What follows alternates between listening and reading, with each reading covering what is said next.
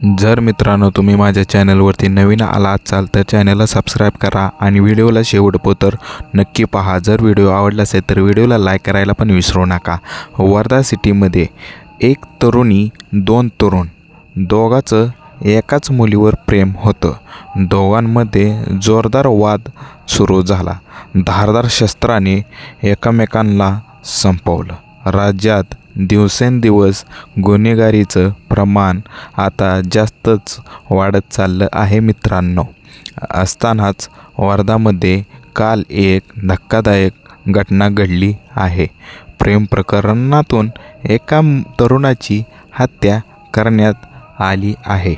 या घटनेमुळे एकच खळबळ उडाली आहे, ते म्हणजे प्रेम। शांतता आणि गांधीवादी विचारांसाठी ओळखल्या जाणाऱ्या वर्धा जिल्ह्यात एक भीषण हत्याकांडाने खळबळ उडाली आहे। आर्वी शहराच्या मध्यवर्ती भागात असलेल्या गांधी चौकात दिवसाढवळ्या एका तरुणाची निर्घृण हत्या करण्यात आली। प्रेमाचा त्रिकोण आणि त्यातून निर्माण झालेले टोकाचे वैर यातून 30 वर्षीय सलीम सफदर शाह याचा बळी गेला आहे। या घटनेने केवळ आर्वी शहरच नव्हे तर संपूर्ण जिल्हा शून्य पडला आहे। मृत सलीम सफदर शाह वय फक्त त्याचे 30 वर्ष या आवर्तील संजय नगर भागातील रहिवासी होता, तर आरोपी निखिल बुरे हा हदरौली येथील रहिवासी आहे। या दोघांमध्ये गेल्या अनेक महिन्यापासून एका तरुणीवर वाद सुरू होता। प्राथमिक माहितीनुसार असे माहीत झाले आहे की या दोघांचेही एकाच तरुणीवर प्रेम होते। याच कारणावरून त्यांच्यात वारंवार भांडणे होत असतात। दोघांनाही तीच मुलगी हवी होती आणि त्यातूनच त्याच्यात इगो म्हणजेच अहंकार निर्माण झाला होता। हे प्रकरण केवळ वादापुरतेच मर्यादित राहिले नव्हते, त्यांचे रूपांतर वैयक्तिक वादात निर्माण झाले।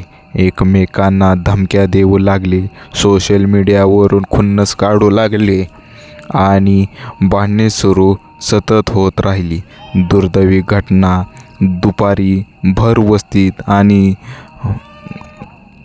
वेगवेगळ्या ठिकाणी आवर्ची हद्द मानल्या जाणाऱ्या गांधी चौकात सलीम आणि निखिल पुन्हा एकदा आमनेसामने आले।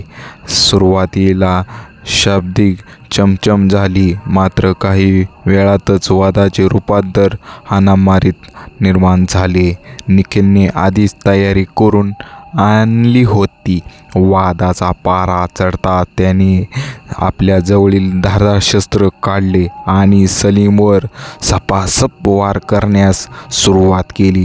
भर चौकात लोक पाहत असतानाच हा थरारक घडला। अचानक झालेल्या हल्ल्यामुळे नागरिकांनी पळापळ झाली। सलीम रक्ताच्या थारोळ्यात जमिनीवर कोसळला आणि आरोपी निखिल तिथूनच पसार झाला। जखमी अवस्थेत पडलेल्या सलीमला पाहताच स्थानिक नागरिक आणि पोलिसांनी धाव घेतली। त्याला तातडीने जवळच्या उपजिल्हा रुग्णालयात हलवण्यात आले। रक्ताचा मोठ्या प्रमाणावर विसर्ग झाल्याने त्याची प्रकृती अत्यंत चिंताजनक होती। डॉक्टरांनी प्रयत्न केले, मात्र रुग्णालयात पोहोचण्यापूर्वीच किंवा तपासणी दरम्यान त्याला मृत घोषित करण्यात आलं। एका तरुणाच्या अशा प्रकारे भर चौकात खून झाल्याची बातमी वाऱ्यासारखी शहरात पसरली आणि तणावाचे वातावरण निर्माण झाले। घटनेची माहिती मिळताच आर्वी पोलीस ठाण्याचे पथक घटनास्थळी दाखल झाले। पोलिसांनी पंचनामा केला आणि साक्षीदाराचे जबाब नोंदवले।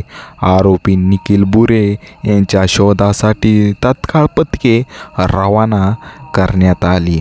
तांत्रिक माहिती आणि गुप्त बातमीदाराच्या मदतीने पोलिसांनी आरोपीला अद्रौली परिसरातून शिताफने अटक केली. सलीम सफदर शाह 30 वर्ष, राहणार संजय नगर. आरोपी निखिल बुरे, राहणार हरदोली. एका तरुणीवर असलेल्या प्रेमातून उद्भवलेला हा वाद. गांधी चौक, आर्वी, वर्धा. प्रेम प्रकरणात नकार पचवण्याची किंवा समजूतदारपणा दाखवण्याची वृत्ती तरुणांमध्ये कमी होत चालली आहे. किरकोळ वादातही धारदार शस्त्राचा वापर करणे हे गुन्हेगारी प्रवृत्तीचे वाढत चाललेले लक्षण आहेत. भरदिवसा आणि मध्यवर्ती चौकात हत्या होणे हे गुन्हेगारांमध्ये कायद्याचा धाक नसल्याचे दर्शवते. आर्वीसारख्या निमशहरी भागात अशा घटनांमुळे नागरिकांमध्ये भीतीचे वातावरण निर्माण खूपच झाले आहे. प्रेम प्रकरणातून होणाऱ्या या घटनांमुळे पालकांमध्येही चिंतेचे वातावरण आहे. ज्या तरुणीवर हा हल्ला झाला तिचे आणि या दोन्ही कुटुंबाचे आयुष्य आता पूर्णपणे उद्ध्वस्त झाले. एका तरुणाला आपला जीव गमवावा लागला तर दुसऱ्याला आता आयुष्याची महत्त्वाची वर्षे तुरुंगात काढावी लागणार. वर्ध्यातील ही घटना आपल्याला सांगते की प्रेम हे त्यागाचे आणि विश्वासाचे नाव आहे, पण जेव्हा त्यात हिंसा शिरते तेव्हा ते केवळ विषाण घडवून आणते. सलीम शाहच्या हत्येने एका कुटुंबाचा आधार हिरावला. पोलिसांनी आरोपीला अटक केली असली तरी गेलेला जीव हा परत कधीच येणार नाही. कायद्याने आरोपीला कठोर शिक्षा व्हावी अशी मागणी आता आर्वी शहरातील नागरिक करत आहेत. जर मित्रांनो तुम्हाला हा व्हिडिओ आवडला असेल तर व्हिडिओला लाईक करा आणि माझ्या चॅनलला सबस्क्राईब करायला मात्र काही विसरू नका. आणि तुम्ही शेवटपर्यंत हा व्हिडिओ बघितल्याबद्दल तुमचे मनापासून धन्यवाद. थँक्यू.